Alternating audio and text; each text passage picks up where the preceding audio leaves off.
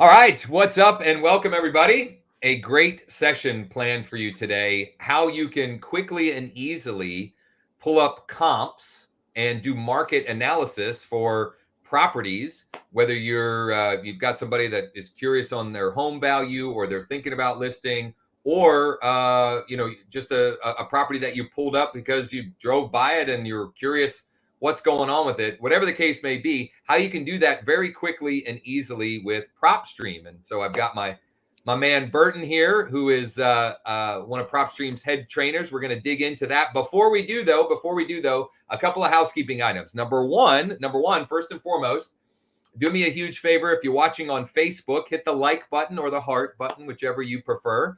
If you're watching on YouTube and you haven't already subscribed to the channel, what are you waiting for? Do that first and foremost. Make sure you hit the like button as well. And then lastly, hit the bell, ding the bell, so you're notified of new live sessions. And then on LinkedIn, if you're checking this out on LinkedIn, do us a huge favor, hit the like button or maybe the celebrate. There are also some recommended resources and information in the description above or below, and I'll highlight those two for you.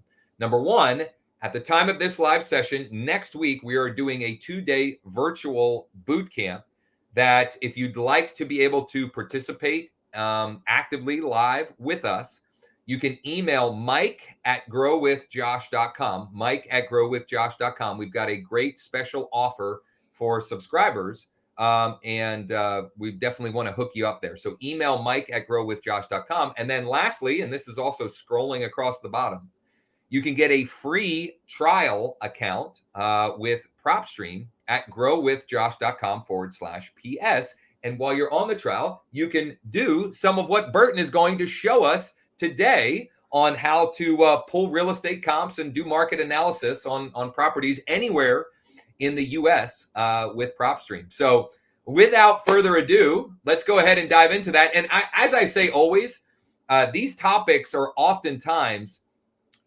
derived or come up with very selfishly for me, because I know that I'm probably only barely scratching the surface with some of the things that I can and should be doing and using the platform for. So I'm as excited and ready to take notes and play around with the functionality as I'm sure many of the listeners are as well. So Burton, go ahead and take it away and let's dig in. Absolutely, brother. Man, I love your honesty first and foremost. I love the fact that not only are you willing to learn yourself, but you also bring others with you to learn at the same time. Like, that is just a cool position you put yourself into. So I got to give you a round of applause for doing I appreciate that. Without any further delay, let's go ahead and get straight to the topic. So yeah. If you've watched our previous videos, we've shown you how to generate leads. If you haven't, go back to those videos. Very, very, very powerful information there. But we've shown you how to generate leads. We've shown you how to automate your leads. We've shown you how to market, skip trace. What we're going to now show you is what happens when a lead actually calls you back, right? Because that's probably one of the most nerve-wracking situations. This is a big transaction, not just for the homeowner, but for you, right? If you don't make the right decisions, you can lose a lot on your investment, right? Instead of getting a return, you're going to be in debt really at that point. So let's go ahead and dive into it. I'm going to get my screen on my Propstream screen on the screen here in just a second. And once you log in, I think you can project that now. There you go. Perfect. Once you log in, the first thing that we're going to do is we're going to send you to the search page. Either you're building a list or you're searching an address. So we're going to be focused on searching an address. Now, this pop-up is just telling you about all of our new things, so you can ignore that if you want. I do recommend you read it, but after you read that and close it down, we're going to zoom in on your market. We're going to take your internet address and we're going to zoom in on your area. But here's the cool thing about Propstream. Yes, the leads are probably in your market, but what made Propstream very, very, very powerful is that what if the homeowner I'm dealing with in this neighborhood in Orange County, California, says, I'm not trying to sell you my house in California. The rent is too good. I make way too much money on this property. I'm actually referring to my house in Vegas, or let's do even something more random. Virginia, let's say, right? My mom's house, she wants to sell it. She's somewhere in Virginia. What makes Propstream powerful is that I can zoom in on any market, like here in Virginia, Let's use this area right over here.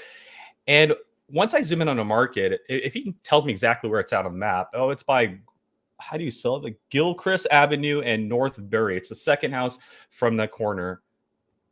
Click on that parcel, and now I've pulled up that property's brief description. I can now tell the homeowner, is this the one with the 3-bedroom, 1-bathroom, about 1,000 square footage, built in 1956? He or she says, yeah.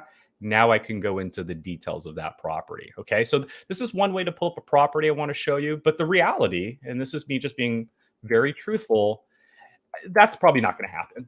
You're going to get this random phone call because you've marketed to a list, and you're going to log into Propstream. And I recommend just asking for the address. Again, unless you know exactly where it's at on the map, then you can take that first approach, zoom in and click on the map. But I would recommend that you get the address from the homeowner and actually type in the address in the address bar here at the top. Now, again, you could use this address bar to search a market and build a list. Right now, we're using it to pull up a specific property's information. So I type that specific property. Just chime in 1 second. So one thing I've done too sometimes, especially is if you know the number, maybe you missed the call, you can search by if you've used Propstream to skip trace, you can search for that number, then find the property. That's another way that you might be able to find it in advance. And Josh is referring to this area right here. For those that are wondering, how do you do that? Once you skip trace the list, you can go into the contacts area and you can click on that list that you skip trace. So let's say it's, my Burton's skip trace list. Let's say you got that missed phone number. It was a 714-861 number. There's the number. That's the homeowner. That's the property address. I can now copy that address and search it in the search bar. So I love that you're kind of reverse engineering the approach. Again, you might get a missed number. This is a reality, guys. And I love that Josh is bringing this up because you don't want to not call that number back, right? And when you do call them back, you can be preemptively prepared by pulling up the property ahead of time. So I love that you brought that up. Thank you, Josh.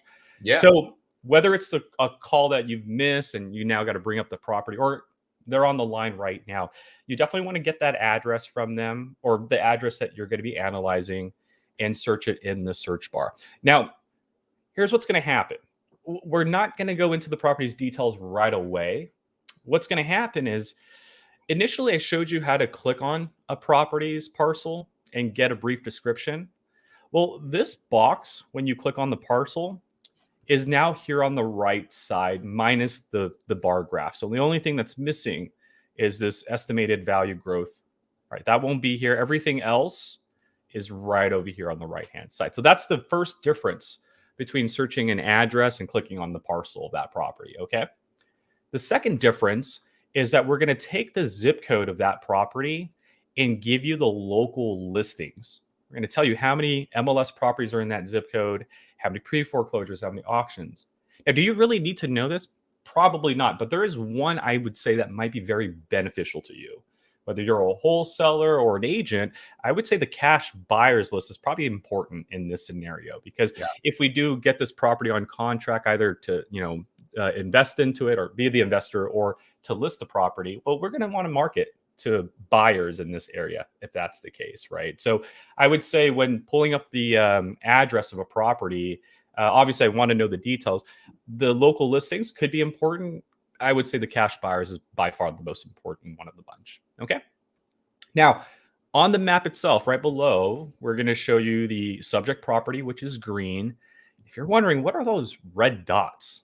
These are the neighbors, which are right here on the right-hand side. So right here where it says nearby listings, the first thing we'll show you are your neighboring records. So number 1, number 2, number 3, you can find them right here. Beds and bathrooms, last sell date, estimated value, last sell price as well, right? Because you might be in a cul-de-sac, you might be in a country club, gated community. Sometimes the neighbors could help out a little bit. Maybe a house 3 doors down sold with similar characteristics. There's one of your comps right then and there, right? So using the neighboring records can definitely help. And last but certainly not least, below the map is our statistics page. This will take the zip code of that property and give you a market analysis. It's pretty much just using Propstream's data over the span of a year, last 30 days, 6 months, and giving you information that we have, such as there's been a 0.53% almost half a percentage of positive price changes across the board in the zip code, meaning houses in the zip code are increasing in prices across the board. As for rent, there's been a 3.62% increase in rent. So, hey, if I was an investor, maybe renting the property would be a better option right now. Or maybe if I'm trying to provide some advice to a buyer, if a buyer says, well, what do you think I should do with this house? I don't know what you should do with this house. It's your house, but based on my records, my data, I'm seeing that rent is a little bit higher right now, or it's increasing a little bit more. Yeah. You might want to consider holding on to this property perhaps, right? So that's the first thing that you're going to see. You're then going to see how the price per square footage has trended over the last year. So there's been some severe growth over this last year, you can see. Because we collect MLS data, we're going to show you the average days on market. So if a buyer says, how long do you think a 3-bedroom property will last in this market? Well, based on our data, a 3-bedroom property will go in about 92 days on average. Now, some will sell quicker, some will sell a lot longer, right? Depending on the circumstances, but on average, 92 days for a 4-bedroom, 104, 2-bedroom, etc. So this will allow you to have those intellectual conversations with the homeowner, with a potential buyer, or whatever party you might be speaking to, right? Maybe a lender, perhaps, title company. And Burton, one thing I want to highlight that is a major advantage, for real estate agents is you can pull some of this information from the MLS. However, this includes all transactions, not Correct. just the transactions that happened on the MLS. And there are definitely lots of transactions that happen outside of the MLS. So you're getting a full picture of what's going on in that market, not just a snapshot of what's happening within the MLS. And I think love that you mentioned that. And that is absolutely right. This is a collection of both MLS and public records. And as you nailed right on the head, there are thousands, millions of off-market transactions, cash transactions, foreclosures, auctions, family transfers, all are taken into account in this report. So these are the first 3 boxes. Then you have your marketing trends. So now we're looking at the actual MLS data, showing you new listings and how many closed listings over either the last 30 days or up to a year. You can see how many pre-foreclosure records have been collected last year, November versus February, and every quarter since then. Average monthly rent. You might have a buyer that might say, well, I'm looking to perhaps use this as a rental property. What do you think it could rent out for on average, right? And here you can get some price points. Then to Josh's point, what we did is we separated our public data records and MLS data records and gave you listing trends and sell trends. So listing trends are based on the MLS data. We're going to show you how many homes have sold in the last 30 days, the average list price, if it's increased or decreased, average list pricing per square footage, and the days on market. Are properties taking much longer to sell? Is it moving quicker? And you can see it again over the last 90 days, perhaps the last 6 months, even over the last year if need be. Now, to the right of that are your list price versus sell price. You can see the correlation there. And then your sell trend. So this is county records. So now we're looking at the county records solely, and we're going to let you know the county's trends, letting you know if they're reflective of the MLS. And again, to Josh's point, 2 separate databases, right? During the pandemic, over the last few years, and still happening today, a property could sell on the MLS today and not be recorded till maybe a month or 2 later. And that will then reflect on the sales trend. So to have them both, again, just gives you more ammunition to prepare for these conversations that you might have with buyers and sellers. Now, finally, the last thing is the days on market versus inventory. Now, very powerful stuff. As a matter of fact, it might be good to even hit the print button here at the top. So you can actually print this information out. There's this little print icon. By selecting that, we actually will give you a PDF file of that information. So you might want to just equip yourself and print this out, put it in your Manila folder when you visit the property. Right? I mean, it's powerful information. I like it. Absolutely. Again, it's just a tool to help you make better decisions. Oh, you know what? There is one last thing. I did say this was the last thing before we go into the property's details, but there's actually one last thing I just caught, and that's our analytics. This is our heat map. A lot of people don't know that this exists out here. Again, I'm from Orange County. I don't even know where Henrico is on the map besides me randomly finding it right now. But I don't know what the estimated values look like in this market. I don't know if it's grown positive or negative over the last year, over the last 6 months. So our heat map can be very beneficial because it provides 4 categories for you. It gives you estimated values, MLS stats, price growth, and rent values. Now, nothing's happening as I click on these categories because there are subcategories I need to click on first. So if I wanted to see the estimated values in Henrico, Virginia, I'm going to click on estimated values and choose one of these 4 topics or subcategories. In this case, estimated value. Give it a few seconds, and now you can see these blue markers appear indicating that the property is a little bit higher than $100,000, but nowhere near the $1 million mark, right? And so if it's 100 here, a million, then that means this is in the $500,000 mark. And then we can slowly kind of gradually lean, oh, it's within the $100,000, $200,000 value, right? MLS stats. So this is county information, but let's use MLS stats. Let me see the listing prices in this market. And then you'll be able, it's hard to see, so I might need to go to map view. There you go. So you'll be able to see the dots. These are listings in those areas. And again, the dots are color coded. Price growth. So I can say, hey, you know what? Before I invest in this property, spend the next 2 years on it or 15 years working with it. How has this area grown over the last year? And now I can see, okay, well, collectively, this area has actually taken some growth. Not 100% growth, but we're looking at a 5, maybe 10% growth over the last year. I can look over the last 6 months, perhaps. So 6 months looks good. And then rent values. Well, what if I do decide to rent this property out? What are the rent values in this area? So it can do rent price per bedroom, rent price per square footage. And in this case, there we go. So now it's letting us know, okay, 5,000 is the red mark, 500. We're looking at somewhere under, obviously 2,500. So we're looking in this ballpark of maybe 1,300. Again, you got to look at the colors. I'm looking at a dark blue, dark green. So I would take a stab of maybe, $1,000 to $1,300 a month in this market, right? So that's how this data could be very beneficial. Is the first thing you're going to need to do is obviously pull up that property's address. And before even going into the details itself, you have all this information to quickly qualify whether you should be going forward with this call or not. Okay. Now, let's say you're satisfied with the buyer's amount. Let's say you're satisfied with how this area has grown over the last year. You're satisfied with the days on market, right? Well, now you got to go into the details of that property. And for those that have ever worked at like a call center or, at a retail location where there's a customer service database, this is really it. When you're working at a call center like a bank and someone calls you about their account, you punch in their name, you ask a few security questions, and boom, all of their information pulls up, right? How many accounts they have, what services they have with the bank. This is kind of similar. I want you to think of it that way, right? When someone calls you, you're technically a call center, right? You're in your office, you answer that phone, they give you an address, you're going to type that address and go into the details, and this is their portfolio. Now, what is it that we're going to give you? 4 important things that most investors have always wanted from day one.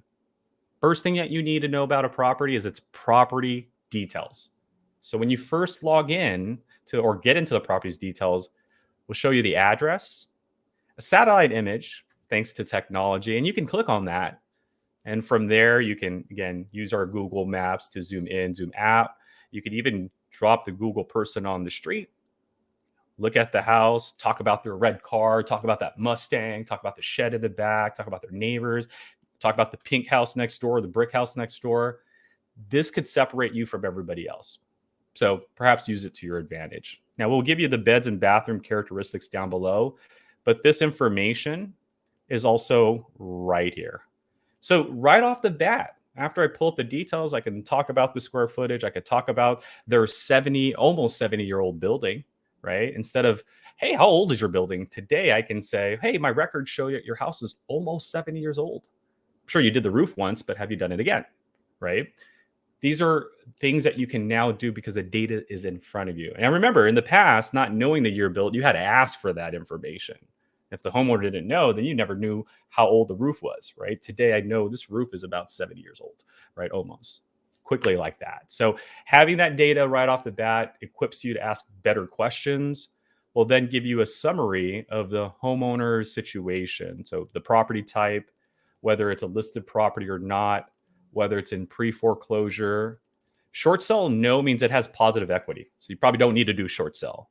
Short sell yes means it has negative equity. You might need to do a short sell or walk away from this property if you can't work with something with no equity.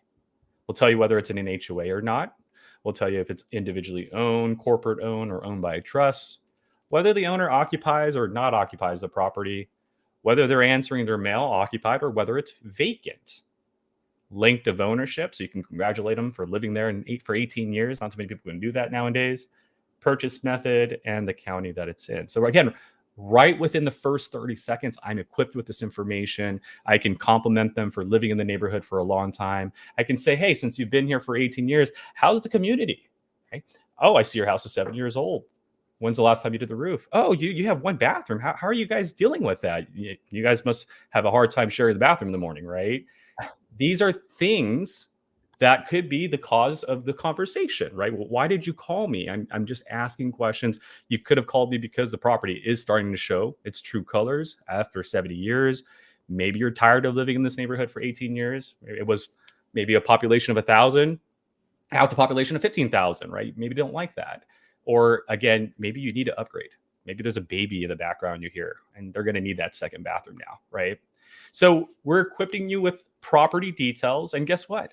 There is more right down here. That's the first tab we're going to give you. So I know Tanya's the owner. I'll know if there's a second owner. So if there is a second owner, I can say, Tanya, before I give you an offer, or before I'd like to work with you, can we get the other person on the line as well, right? So you'll know how many owners there are, property characteristics, building size, land and location information.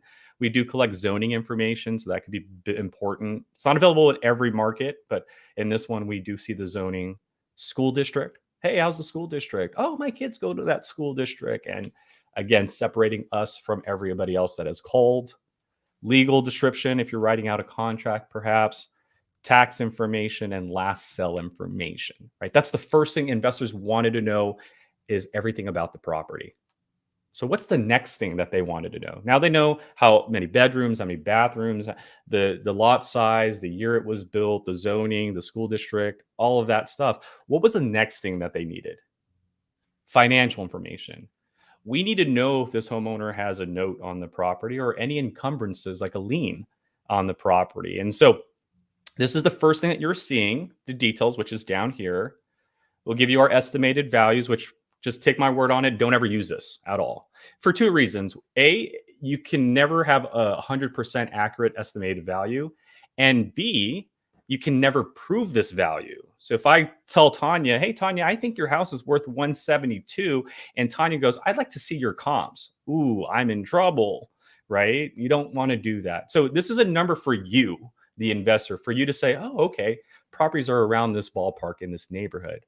What you actually want to do, and I'm going to show you guys in a few moments, is go into our comparables and actually pull comps, right? Because if she says, I'd like to see your comps and how you came up with that value, I can now show her actual records, right? So don't use this value when you're negotiating. Just don't ever mention it to the homeowner. If you do, I'm going to leave that up to you guys, but there's no way for you to prove it. And Propstream is a big name, but if you tell the homeowner, hey, Tanya, I got that number from Propstream, she doesn't know what Propstream is. Right. So it's not going to fly for anybody. Okay. So don't use that during your negotiation. Now, below that, we're going to show you how many properties sold in a half mile over the last year and what their average value is. Now, if you're wondering, why is that larger? This is unfiltered. We didn't put 3 bedrooms. We didn't put 1 bathroom. So you might see a 4-bedroom in here. That's probably why the price is a lot higher. So what we're doing is we're just saying, hey, 12 records in the last year. Here's their average price. We would like you to go in here, and those 12 properties, we want you to actually use filters. As you can see, there are some 2 bedrooms in here. Some 2 bathrooms are in here. And these are prices that could be increasing that value. So this is an unfiltered average. Do not use it either. Okay. you're going to want to go in our comp section, which we'll discuss in a few moments. So property details was the first thing. We'll give you our calculations, and then we'll show you their mortgage and debt summary. And again, that can be found in our mortgage and transaction history. So right off the bat, I know Tanya here has 2 notes. One's an FHA, the other one we weren't able to capture, but we do have the loan amounts and the lenders. So in our conversation, I can say, so my records indicate that you might have some notes on your property. What's the balance on those notes? Oh, by the way, how's the CNF Mortgage Corporation treating you, right? Again, these companies might be treating her horribly. Maybe that's why she wants to sell. She doesn't want to pay those interest rates anymore. She doesn't want to deal with a mortgage payment anymore, right? So we do need to know that there are notes, because if this wasn't here, we might offer her a price and she just hangs up. Why? Because that price was lower than what she needs to cover, right? So to know that there are notes, to know what the potential balance is going to help us, because now that's going to impact what our offer could be, right? Instead of saying, oh, I'll give you $1,000, there's going to be a lot more than $1,000 that we're going to need to cover, because she has a balance that we're calculating at $60,000. So if I go in there and say, I give you $40K, she might just hang up on me, right? So very powerful stuff there. That's the second piece of information that we're going to give you. Now, before I go any further, I want to show you a scenario where if there is a lien on the property, so let's say we happen to click on one of these 5 properties here. If there's a lien on a property, it'll indicate that lien, and there'll be a separate lien tab. So you'll see the mortgage information here, but you'll also see the lien information here. It looks like this person has an abstract of judgment, essentially a case on their name and a lien amount. Now, with that main address that we were looking at, there wasn't any liens on the property. That's why it said 0. And that's why we don't have a lien tab. Okay, so that's what we call situational data. That's the third thing that investors wanted. They wanted to know whether someone's living in that house, answering their mail, not answering their mail, how many years they've lived in that property. If the homeowner has multiple properties, they want to know that, right? And this person doesn't have multiple properties, but let me show you an example. Let's say a cash buyer has multiple properties. When you click on that property, there's this thing called linked properties, and situational data will let you know how many other properties they have. Because maybe they don't want to sell this house that you're talking to them about. Maybe they want to sell their 3rd or 4th house. So to know that they are a landlord, to know that they're an investor and they're operating multiple, that could be the reason they want to let go, right? Maybe they're looking to consolidate now. Maybe they've gotten ill, knock on wood, I hope that's not the case, but they need to now liquidate their portfolio a little bit, right? So linked, that's a situational data. Linked property, situational data. Situational data would also be if it's on the market, if they bought it in cash, if it's up for auction, you'll go in there and see that pre-foreclosure. So I have the property details. Hey, Elliot, I'd like to talk to you about your 20-year-old building, right? Oh, I see you have a mortgage. How's that going? What's the balance on that? Writing my notes down. Oh, I see that you're in pre-foreclosure. Where are we at with that, right? Oh, I see your property is off market. You guys tried to sell it. Oh, you guys sold it back in 2019. So you've only owned this for 2 years, and now they're in pre-foreclosure. See, I'm able to understand a story.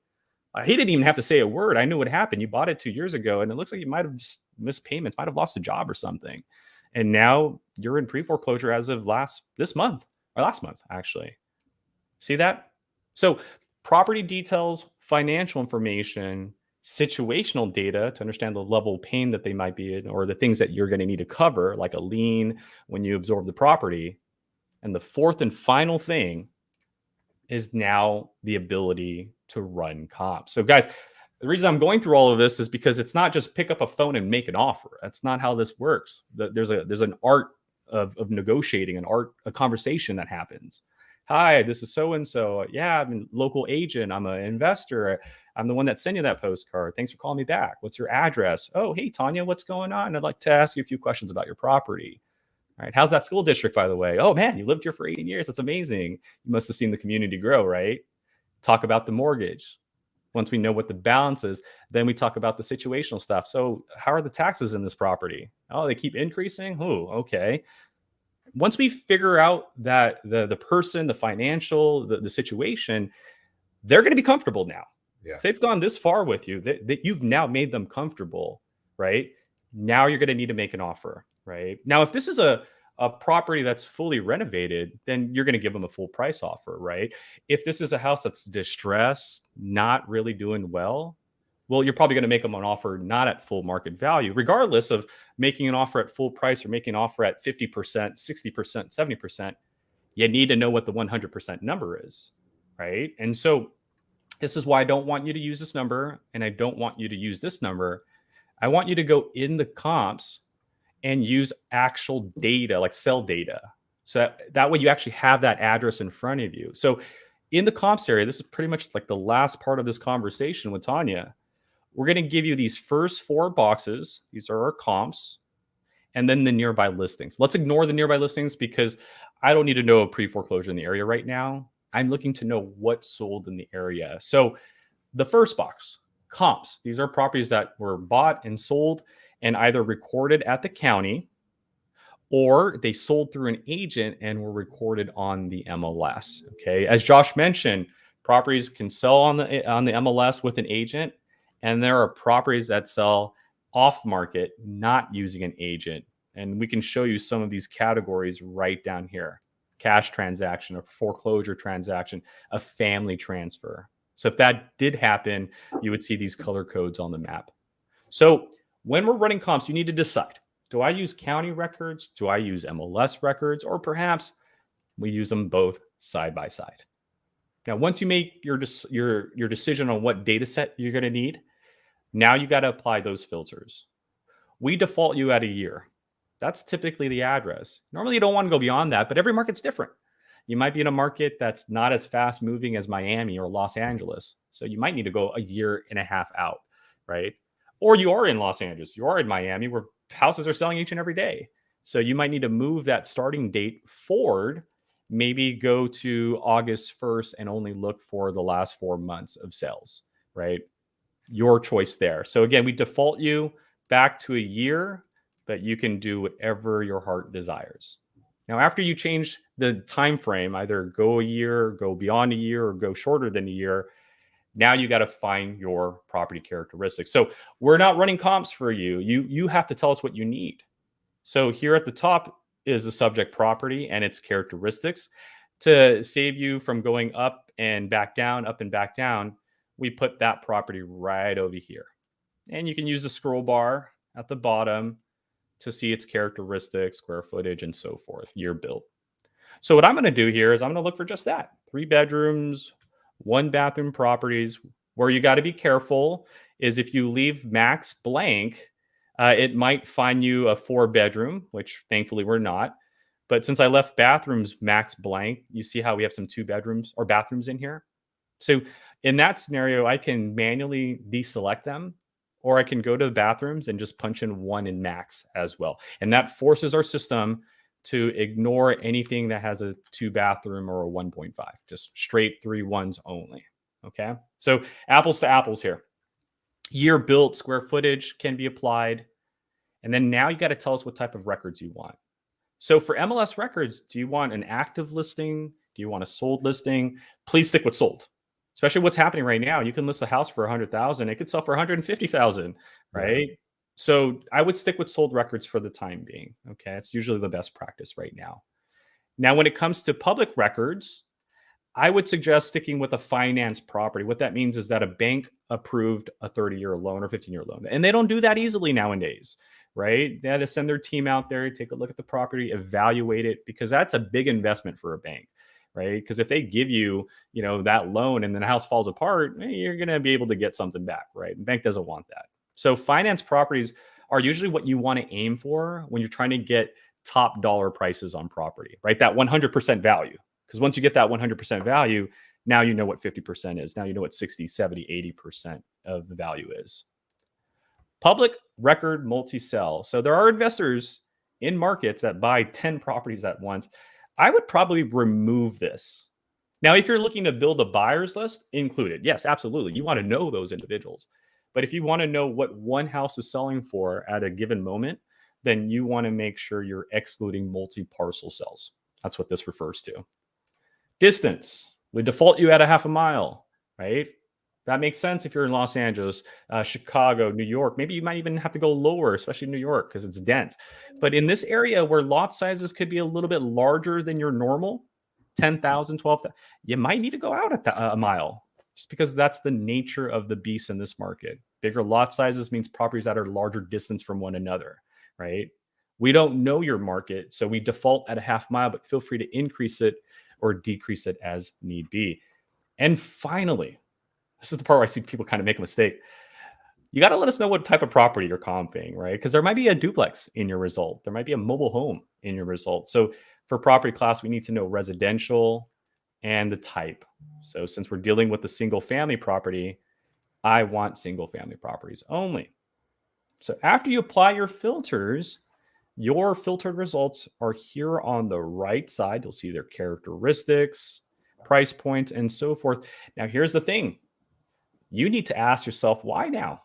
Because you're about to have this conversation, or you are having this conversation with Tanya, and Tanya might come at you and say, well, you know what, Burton, I'll sell you my house, but I want $250,000 for my house. And you know, oh man, that's not going to happen, right? Now, instead of arguing, you can educate. No, you never want to argue because you're going to lose that battle all the time. So instead of saying, I don't believe your house is worth 260, I could say 260. Let me think about that really quick. Well, have you seen Southbury Avenue? Yeah, that's right around the corner from you. What about it? Well, there's a house that sold 1406, sold for 260. It's a 3-bedroom just like you, 1 bathroom just like you, but it has about 200 more square footage than yours. And that sold for 260. And I'm looking at the photos of that property and they're not available yet. So let's see if we have another one here. This is what I like to do. I like to see if the photos are available. Oh no, they're not uploaded yet. But what I like to do is I like to see the photos are available, like this one right here. And now I can negotiate accordingly. If she wants 260, I could say, I don't think I can give you 260. There's a house that's been renovated. It sold for 200. And you're telling me your kitchen needs to be done, your roof needs to be done, the grass is brown.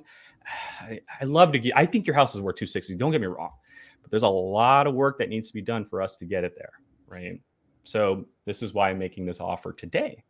And so that's comping. Comping is not about finding a perfect price, right? Because you're never going to find a perfect price, right? You could get an appraiser and the appraiser will say 200,000, but it could sell for 220, right? There's never a perfect price. The comping section is used to educate. When they give you a number that you know is far off, you can set reality and you can say, I can't give you that 260 because there's one that sold for 221. It has 1,200 square footage. Again, yours is a 1,000. Unless we come up with 200 more square footage out of the blue, I don't think your house is going to go anywhere past 227. As a matter of fact, here's one right here. It's 3-bedroom, 1 bathroom with very similar square footage, smaller lot size. So you might be able to sell for maybe 185, 190, right? But that 175 that sold for, with the smaller square footage or the smaller lot size, that 179, and that was the property we're looking at, was a renovated property. So I don't even think I can give you 200, right? And so again, you're not arguing, you're just educating. And from that point on, I mean, you hopefully have that conversation going. So this is how you want to use the comp section. You're not here to find a perfect number. You're here to educate them on what's happening in their neighborhood. And hopefully you're going to be able to educate them accordingly to get them from that, I want 260 to, hey, you might be right. Maybe 150 is the best I can get on my property today, right? So the idea is you want to use this data to negotiate. And if you wanted to, I mean, they're going to probably want to see this data. So you can check off the addresses. Let's say number 2, number 3. Maybe you're going to use number 4, which is a public record sale, sold for 185 just to prove another point, right? Choose that off. And if you choose 3, 4, 2, even 1 property, we'll give you a summary here at the top. We'll say, okay, based on those 3, here's the average of those 3 prices. Here's the average price per square footage. So a conversation could go like this. Look, Tanya, I know you want 227 for your house. I don't think it's going to go beyond that, but let's meet in the middle here. Okay, let's start at 197 and let's go through these rehabs again that we need to do. And then from 197, we start doing the rehab deductions. And now we come up with our conclusion, right? And you see how we're working with the homeowner. We're not arguing with the homeowner. We're educating and finding that right number between both of us. And then from there, we can now, okay, if 197 is the 100% number, and I'm trying to get it at 60%, I now know what 60% is because I have that number based on 3 categories or 3 comps. Now, here's the last thing. Tanya's probably going to say, you know what, Bert, I need to think about this. I need to talk to my daughters or my kids or whoever to help her make that decision. So here's what I want you guys to do. After you select your comps, after you filter them, go to actions right over here and hit view comps report. This will give you the comps that you just selected and filtered. As a matter of fact, you'll get this report right here. And this is pretty much the end of your conversation, right? Tanya's going to need to think about it. I'm going to print this report. I'm going to say, Tanya, give me your email really quick so I can send you my report. And I'm going to send Tanya this. It's her house, her characteristics, her listing history, her public record history. Then it's going to show her my search criteria. So she knows I'm not trying to pull a fast one on her. She knows I went out a mile. She knows I was looking for 3 bedrooms, 1 bathroom using public and MLS records. Then what we're going to show her are the low, high, and average prices of the comps that you've selected. Now, she's probably going to see this and say, oh, I want 227. I'm going to say, well, that's the house I was telling you that has 1,200 square footage. Yours is 1,030. Oh, okay, well, I'll take 197 then. Well, that one has a little bit more square footage as well. But you see how we went from 227 to now she realizes she's in this ballpark right off the bat. She knows now she's between 180 and 197. I got that out of her head without having to argue with her, right? That's, again, data doing its thing. We're then going to show her where her house is versus the comps that we've selected. So the more that you have, they usually say 4 or more, at least in my real estate classes I took, our broker was adamant about getting 4 or more. I believe in what he says because the more evidence, that's the way I look at comps, that you have, the less the homeowner can argue, right? If I have 5 houses that are similar, all selling for the same price or around the same price, that homeowner can't argue with me, right? Unless there's an anomaly that happened, whatever that may be. We'll show them the public records and the MLS records that you've used, the address, their characteristics. And on this page at the very bottom, we'll put their subject property so they can kind of do a quick, side-by-side comparison. Then we'll give them more information on these properties. We'll show them, the type of heating that they have, cooling that they have, all that good stuff, year built. And then last, but certainly not least, the photos. That's going to be a huge selling point. Imagine Tanya says, I think I could do this myself. But again, she might have some financial situations or something might have happened. And she's adamant about getting 227. I'm showing her what 227 looks like right now. This is what 227 looks like in your market. Now, again, if you get your house to look like that, call me. I'll give you 227 without calling a realtor. Right? You don't have to pay your closing costs. But she's going to realize that she doesn't have that capability to do that. And that's why we're here, right? The investor, the agent, to help her get rid of this headache and give it to someone who can do this for us and then get it at that right price point. So the comping, this whole process, this whole demonstration was about what's going to happen when you talk to someone. You're going to need to pull up their property, analyze the market briefly, then go into the details and have that conversation with them, right? Ask about the property details, ask them about their mortgages, the taxes, living there for 18 years, their 7-year-old building. And once they're comfortable, once you feel like that door is slightly open for you to make an offer, educate them. Don't argue, educate. Because most homeowners don't know what you know. And if I was a homeowner that didn't know what you know, and I know you want my property really bad, I'm going to ask for full price. And so that's just where they're coming from. So that's why I don't want you to argue. I don't think any salesman should be arguing. You should educate, and then that's going to help you get the better price point, hopefully. I can't guarantee everything, but this is how one would use our system. And again, hopefully, this could take an hour because she might want to go through a long story about her childhood. But throughout the whole process of negotiating, hopefully this is how you're taking the approach in Propstream. So with that said, Josh, I'm going to give it back to you, man. Yeah, man, that was great. That was so good. And I can't wait to watch this again and see some of the different things. I was actually playing around in my Propstream with a property that I got. Someone requested a free home valuation this morning. And so I was playing around with some of the things. That view comp report that's phenomenal. as real estate agents, that's a great way for you to provide. It's not your opinion. This is what the market is saying. This is what this is what is actually happening in your neighborhood. These are what the properties actually sold for, not what the rumor was from the neighbor. So-and-so said it sold for this. No, this is what Exactly. actually happened. So super valuable.